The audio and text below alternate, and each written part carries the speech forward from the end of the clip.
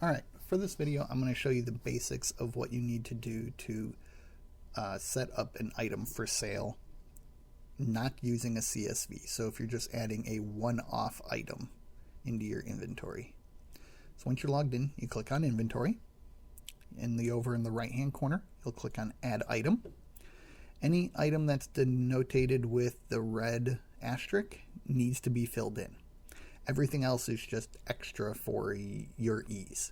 So you can type in an item, make up a unique model number, price is the price you're going to sell it for, cost is how much it costs you, map, this is not a needed category, but it's nice to know. So if you have map pricing on something, you can denote it so you don't end up selling it online for cheaper or running a special on it that is cheaper than what the map is. Release date. Release date is a great feature, especially for like booster boxes during pre-sale of Magic. So you can set the release date, and anytime you sell something that has a release date before this on the POS, it will not allow you to close the order. It will say this is before the release date. You can save it as a pending order. You can still remove it from inventory. You can still, take money and everything, but it won't allow you to physically close the order. This is so whenever somebody comes to pick up their order on or after that release date, you can then find their order in the pending orders, close it, and then that denotes that you actually gave them their product. Distributor. This is for the reordering amount. So you select the distributor, the main distributor you want to order something from. The minimum order quantity is when you reorder it through the purchase order system, it will be the default number that gets put in. So if we say like Dragon Shields get a discount at 10, so we'll put in a minimum order quantity of 10. We'll put in a desired quantity of 5. So whenever we get below 5, it will do a prompt for an automatic reorder. And then let's say, since this is a new item that we just forgot to bring in, we have 4 on hand. So the next time we do a purchase order from GTS, it will prompt us for this item to order a quantity of 10 of that item. Tax type. You need to make sure that you have all of your taxes set before you start creating items, because this is a non-fillable list. It is a drop-down only.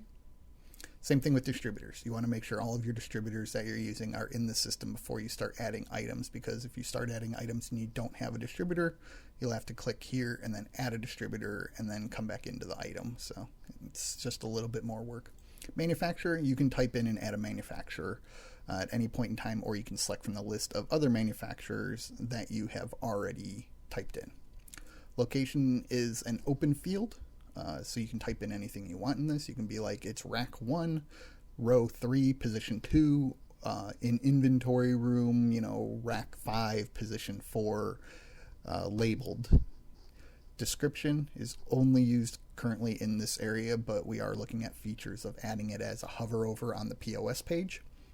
So you can type in basically anything you want in this. An image URL, so you go to like your distributor, you can click on the image URL, get the image URL pasted here, and it will show up in the inventory and POS page as a hover over. Category, if you don't have the category you want, you can add it. Otherwise, you can add the categories through the drop-down list of other categories you already have. We are adding a feature in the next couple weeks that will be a primary and subcategory. So you can select your primary categories, let's say TCG and CCG, and then you can select your subcategory as Magic the Gathering. UPC code, it is usable with a UPC scanner. So you can click on this field, scan the item, it will populate the data right here for the UPC code. And once everything is filled out that you need and or want, you just click save. So once an item is saved, we will go and show you about parent-child relationships. So if you look in this inventory here for Theros draft packs, so Theros draft packs, which looks like this one has an error, so we'll go in and fix it. Currently there's 144 packs because of the fact that there is loose packs and booster. Theros Beyond Draft Booster Box, there's 4 of, so it's a 36 multiplier. So if I click on view, and then edit. So it shows that there's 144 with a 36 parent multiplier of this item. Let me change the cost of this item just to some generic numbers, as this is a test area. And then click save. It'll bring us back out to the main thing. Let's go back to Theros. So if you want to see the parent without having to try and find it, you just click on the parent. It will then take you to the parent of it.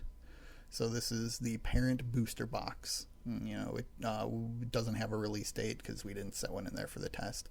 This also shows you below it the purchase order. So this has a purchase order of this number. There's 12 on order for $82. It's new, so it's not on back ordered, so we haven't received it yet. We don't have a location or description, but again, you could post anything you want in there.